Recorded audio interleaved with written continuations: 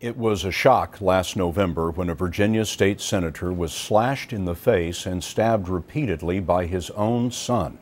Tonight, in an interview for 60 Minutes, Senator Creigh Deeds speaks for the first time on television about the attack and about what he sees as a critical failure in mental health care, a failure that ended in the death of his 24-year-old son, Gus.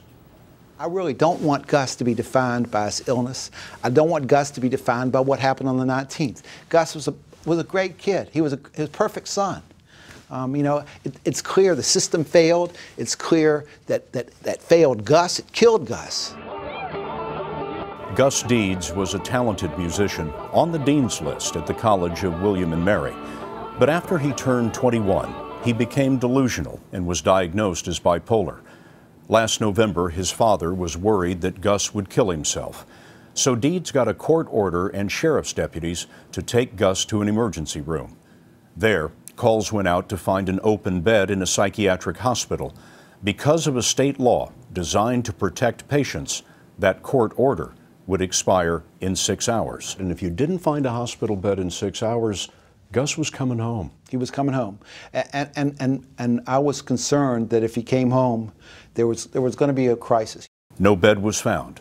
There was no place to go but home. I didn't know what was going to happen. But the next morning, I felt like there'd be a confrontation, but I had no reason to think there'd be violence. But I got ready for work and I went out to the barn to feed the horses, and Gus was coming across the yard, and I said, "Hey bud, how'd you sleep?" He said, "Fine." I turned my back and, had this feed thing in my hands, and he was just on me. He attacked you? He got me twice. But the attack continued. There were 10 wounds in all.